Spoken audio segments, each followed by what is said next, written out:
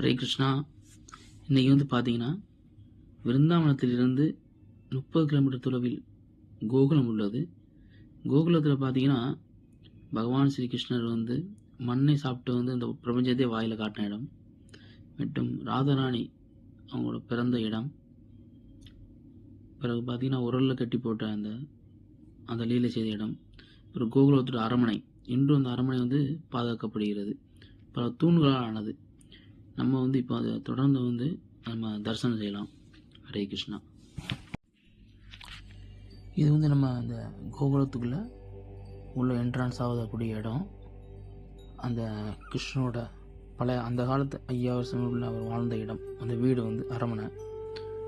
இது பார்த்திங்கன்னா பகவான் கிரிதாரி கோவர்த்தனில் கிருஷ்ணர் மலையை தூக்குன அந்த ஒரு தரிசனம் பார்க்கலாம். இது நம்ம உள்ளே இப்படி போனோம்னா நம்ம உள்ளே போகலாம். நம்ம எல்லோரும் உள்ளே போனீங்கன்னா பல தூண்கள் இருக்கும். அந்த காலத்து பழமை வாய்ந்த தூண்கள் இந்த மாதிரி. இதில் மேலே 4 தூண்கள் இருக்குது. அந்த 4 தூண்கள் பார்த்திங்கன்னா 4 யுகத்தை குறிக்கு.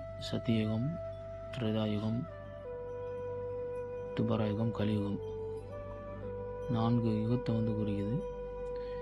இது அந்த காலத்து தூண்கள் பல சிற்பங்களோட கூடி இருக்குது. இங்கே நம்ம எல்லோரும் இப்போ தரிசனம் பண்ணிகிட்ருக்கோம். அப்படி உள்ளே போனீங்கன்னா ராதாகிருஷ்ணனோட அந்த தாமரை பாதமும் அவரோட விக்கிரகமும் வச்சுருக்காங்க. நம்ம அதையும் தரிசனம் பண்ணலாம். அதுக்கடுத்து பார்த்திங்கன்னா அந்த பக்கம் போனீங்கன்னா கிருஷ்ணரையும் பலராமரையும் அவங்க யசோதா மாதவம் பலராமரோட அம்மா ரோகிணியும் அவங்களும் கையில் வச்சுருக்க மாதிரி அந்த இடம் இதில் மாதிரி சித்திரங்களால் வரைஞ்சிருக்காங்க. நம்ம அதை காணலாம். இதெல்லாம் அவங்க இருந்த வீடு, அவங்க வாழ்ந்த இடம்.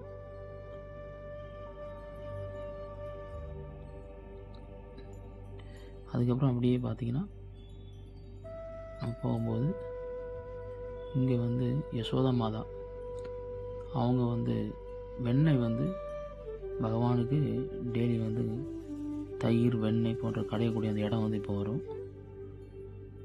நம்ம அதை தரிசனம் பண்ணிகிட்ருக்கோம். இதுதான் இந்த இடம் தான். இங்கே தான் யசோதா மாதா டெய்லி வெண்ணெய் தயிர் கடைந்து பகவானுக்கு கொடுக்கக்கூடிய இடம். இது அவங்க யசோதா மாதாவை நினைவாக அவங்கள வச்சுருக்காங்க. இப்படி தரிசனம் பண்ணிட்டு வெளியில் வரலாம்.